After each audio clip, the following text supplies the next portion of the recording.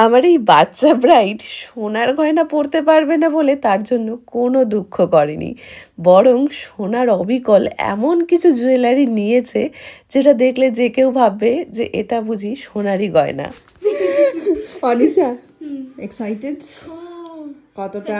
বুঝতেই পেরেছো আমার কথা শুনে। অনিশা আমাকে বলছে, আমি আর কিছু বলতে চাই না।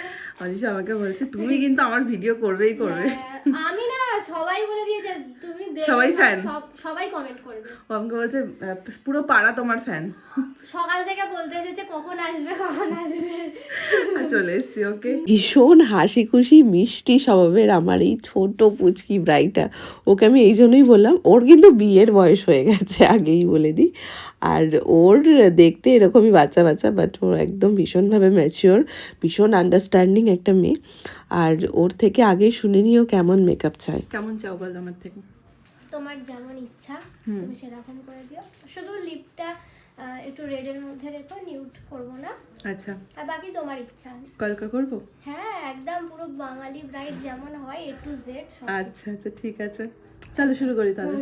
অনিশা ছিল আমার মুসলিম ব্রাইড, তো প্রত্যেকটা মুসলিম ব্রাইডকে সাজানোর আগে আমি একবার করে অন্তত তাদের জিজ্ঞাসা করি যে তাদের কি ধরনের সাজ পছন্দ। অনেকে বলে আমাকে কলকা করে দাও, বা অনেকে বলে কলকা করে দিও না, বা অনেকের একটু পাকিস্তানি একটু আরবিক পছন্দ হয় সাজগুলো। কিন্তু লাকিলি আমার প্রত্যেকটা ব্রাইড আমার বাঙালি সাজটাকেই বেশি পছন্দ করে, আর তাই জন্য বোধ হয় আমার একটু হিন্দু ব্রাইডের থেকে মুসলিম ব্রাইডের বুকিং বেশি থাকে। আমি নিজেও এত ভীষণ ভালোবাসি সাজাতে, আর সেইভাবেই অনিশাকে আমি সাজানো শুরু করি।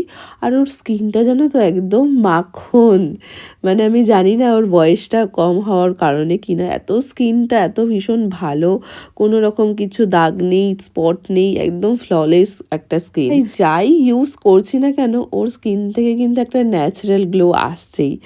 আর এবার আমি মোটামুটি ওর মেকআপটাকে কমপ্লিট করেছি। এখানে আমি সেটিং স্প্রেও দিয়ে দিয়েছিলাম। মাঝখান থেকে ও কিন্তু আমাকে কিছু বলেনি যে ওর কেমন আইস চাই বা ওর কেমন কলকা চাই। তার মধ্যে দিয়ে এইখানে আমি যতটুকু যা করেছি একদম নিজের থেকে মন থেকে করেছি। তোমরা প্রত্যেকেই আমাকে কিছু কিছু ব্রাইডের লিপ শেড জিজ্ঞাসা করো। বেশিরভাগ ক্ষেত্রেই আমি ব্রাইডদের একটু লাল কালার লিপস্টিক দিতেই পছন্দ করি, কারণ আমার মনে হয় বিয়ের দিনে একটু লাল কালারটা বেশি ভালো লাগে বা খুব ফোটে লাল কালারটা। তো সেই রকমই এখানে আমি দুটো লিপ শেড ইউজ করেছিলাম, আর দুটোই তোমাদের স্ক্রিনে দেখিয়ে দিলাম। তোমরা যারা নাম জানতে চাইছো অবশ্যই কমেন্ট করো, আমি বলে দেবো। আর এরপর একটু হাইলাইটার দিলাম।